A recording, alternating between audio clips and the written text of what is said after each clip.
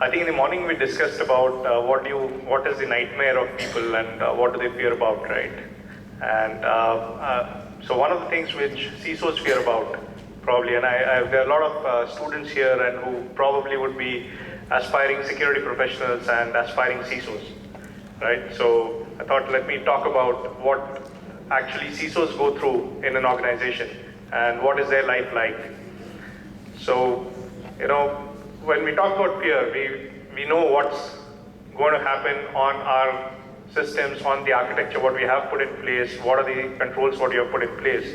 But what we fear most is something what we don't know about. What is going to happen? What are the new things which are coming out? So that's the issue which I'm trying to talk about here.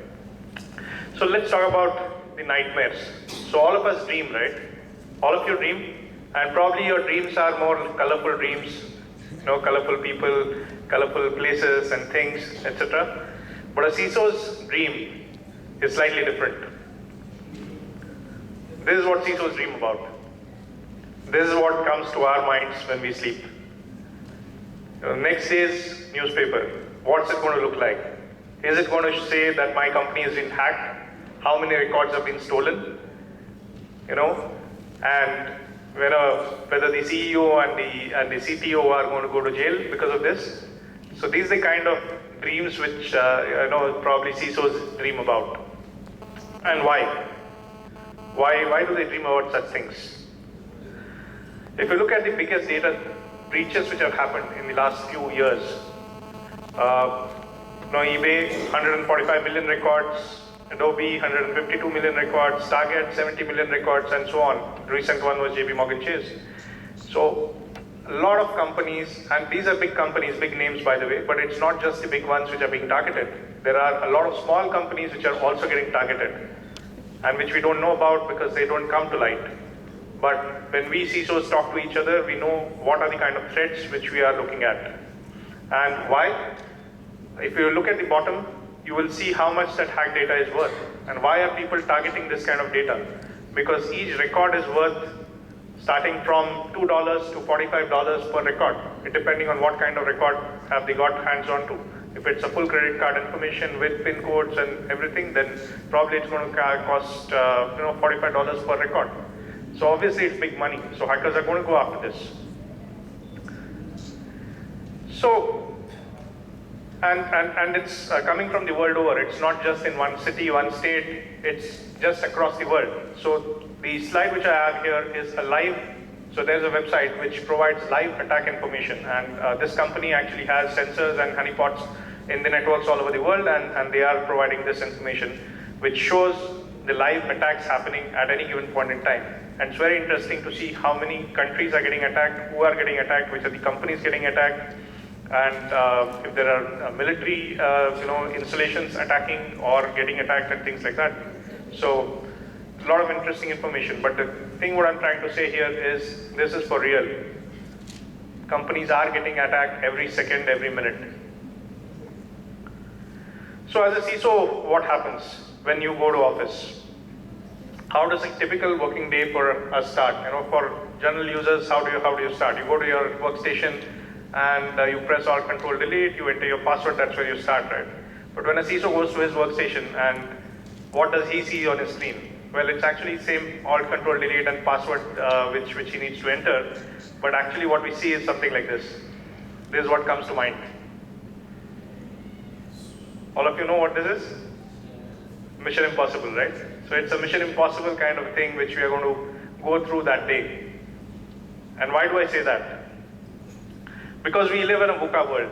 I don't know whether you've heard this term before. VUCA is again coined by the American Army on the kind of issues what we are facing today. So today there's volatility, uncertainty, complexity, and ambiguity. We are living in this environment, right? And what are the different kinds of volatilities, uncertainties, what we're talking about? The economic and business environment, stock market fluctuations, the kind of regulations which are getting changed every day, new technology which is coming to forth, the social, mobile, analytics, cloud, Internet of Things, every day new things are coming up, mergers and acquisitions happening, people taking over companies and things like that. So it's a dynamic environment in which CISOs work. right? And CISOs, do they have any idea? And we'll talk about more challenges on the CISOs and why I talk about this. Because CISOs have to live in a real world. So when they are security professionals, you think about hackers only, or security technology companies or product companies, in a real company, a real financial company or a real manufacturing company, this is what CISOs who are protecting the company have to go through. So what are the challenges? First of all, do we know what are we trying to protect? We're trying to protect the confidential data of the company. But where is this confidential data lying anymore? You know, earlier it was nice, it was only within the perimeter, there was one server, one mainframe server maybe, or a few servers on which the data used to lie. But today, where is the data? Data is on the cloud, data is on mobile devices, data is everywhere. The CISO has no control on where the data is kept. So how is the CISO expected to protect this data when he doesn't even know where that data lies? So that is the biggest challenge what CISOs are facing today. Knowing where your digital assets are. I'll give you a simple example of companies who do digital marketing today, right? There's a marketing team which sets up some websites, for marketing and collecting customer information. So they expect you to log in, maybe advertise on Facebook or something. You have to go there and put in your user ID or give your phone number so that the company can call back, understand your interest. But these websites are hosted by marketing companies, external consultants, and collecting data of the company's customers. And after that marketing campaign is over, what happens to that website? Does anybody look at it? The data is still lying on that some server, or some Amazon server, or some server somewhere. And these company CTOs, CIOs, nobody knows where that server is, because it's not a company server. It's not within their asset list. But there's customer data lying there on that server. So how are you going to protect that data? New risks in old systems. So there are a lot of legacy systems which we work on, and there are new zero-day attacks and zero-day vulnerabilities being discovered on these new systems day to day. So how are we going to protect ourselves from these vulnerabilities which are coming up every day on old systems? The changing technology is bringing new risks. There's the startup revolution, which is very good for entrepreneurship. But a lot of these startup companies, what kind of security measures are they putting in place? You're using a lot of products or services from startup companies.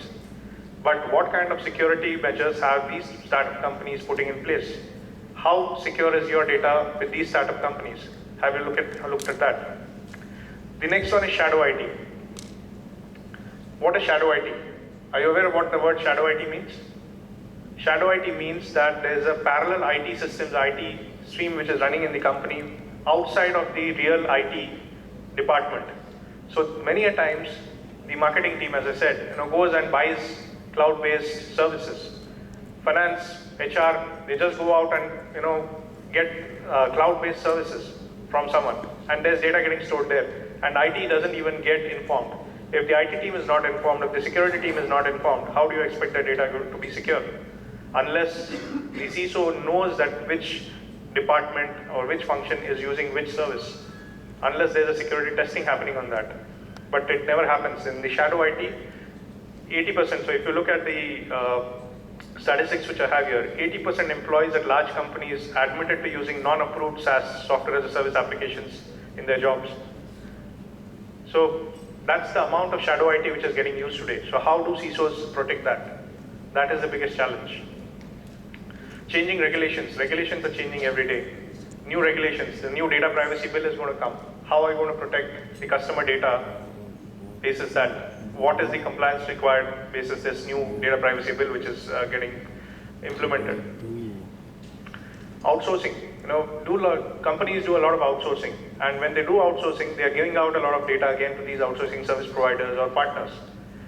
But your company may be certified to ISO 27001, you may have the best of the IT systems and security systems in place, but what happens if these outsourced partners' locations? And what happens if they are subcontracting it even further? How are they protecting your data? Industrial espionage again is happening.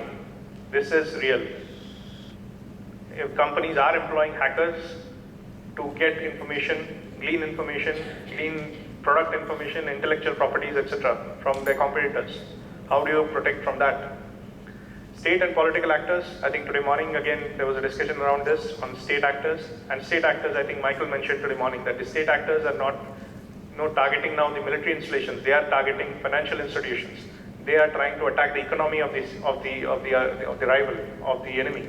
And they are targeting the financial, so they will be targeting our banks, our big banks in our country.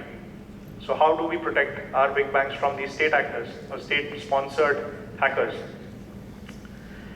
Cybercrime and fraud, I think we had enough discussion on that earlier. There is cybercrime which is happening, it is increasing day by day, and we have to protect ourselves from that. So these are the kind of challenges which CISOs are facing today. A lot of these challenges which are there, and how do CISOs work on that? The biggest challenge, the weakest link. Again, today morning someone mentioned the weakest link, right? The weakest link are people. And what are the kinds of weakest link what we have in our organizations? So I did a little bit of study on this, and this is my understanding of the type of weakest links or type of people. So they are the careless types who they are just, don't bother, they just leave their password somewhere, write their passwords down, don't change their passwords or give out information just like that, susceptible to social engineering as well. Then there are people, oh, what's going to happen? You're just creating, something out of nothing. There are these kind of people. Then there are people who just don't care. So I care too. Your security policy is for you, not for me. I'm not going to follow your security policy. There are people like that. There are some people who are too senior, think they are too senior, too big for security. They say, I'm too busy for this. This is not for me. I'm not going to go through the security training. I'm not going to follow protocol. I'm not going to, lock my system up. Things like that. Then there are the reluctant type. They don't want to, they know that they have to do it, but they still don't want to do it. The disgruntled employees, who have not been given a promotion, who have not got the right raise, and they want to harm the company in some way. There are the people who are on the way out, who have resigned. And they are the people when we implemented a data leakage prevention tool, we saw a lot of these people who are in the resignation phase, who are serving the notice period, trying to take out data. Because when they go to the competitor, they want that data. They want to use that data, misuse that data rather. Then finally the insider, the mole. People, we have seen in some of the attacks earlier, there have been people who have been actually hired by the company or who have tried to get hired by the company only for espionage or taking out data. So there are these kind of people also. And finally there's a rare species, which is actually the good people who try to follow the policies, who try to understand what security is, try to help the CISO. So these are, and each of them need to be handled very, very differently. The security policies, you have the Sam, Dam, Danda, Ved, the philosophy. You need to use all that to get these people to follow your security policy in some way or the other and make the organization secure. Okay, so what does this look like? What am I trying to say here? Slipping. Slipping, right? Incidents are going to happen, whatever you do. Whatever best security policies, products you implement, there will be incidents. There are bound to be incidents. And you need to be prepared. The CISOs need to be prepared to handle these kind of incidents, right? And there will be a lot of incidents inside, outside the company, with outsourcing partners at multiple places. And a lot of time of CISOs does go in solving these incidents or putting in place a lot of things. Because these incidents have a potential of turning into a fireball at any given point in time. So what happens when you have this kind of an incident which turns into a fireball? Can the CISO handle it himself? No, you need a team for this. The CISO can't do it himself. It's not a one-person job. Security is not a one CISO's job only, right? It takes a team to handle this kind of scenario. You need to have the buy-in from the top. You need to have help from the board of directors. Your CEO has to support it. You have to have the right set of skills in your team, in your security team. You need to take help of your IT team, your risk compliance audit teams. You can make use of your auditors. Generally people shun auditors. Oh, why is he come to trouble me again? But you can actually, make good use of these auditors. You have your security vendors, consultants, ethical hackers. Use them. They are the ones who can come and actually tell you where your weaknesses are. Make sure your outsource partners, you work with them, make sure they also implement the same level of security which you have. Industry bodies and peers, share information with them. Suppliers, employees and customers, work with them to implement security. We can't run away from all these issues. This as a CISO, although it's mission impossible, you have to make it possible. That's your job. That's the job of the CISO, right? So how do you do it? You have to be proactive. You have to have preemptive measures, both on people, process, and technology. I've discussed all of this earlier, so I won't take much time here, but you need the right resources. On the people part, you need to focus a lot on the people part. You need to have the right background verification. Continuous monitoring and response is important. Finally, awareness. That is very, very important for security. That's all I had. Thank you very much. Thank you, Mr. Parag Deodar, for sharing your views on fear of the unknown CISO's nightmare. So, any questions?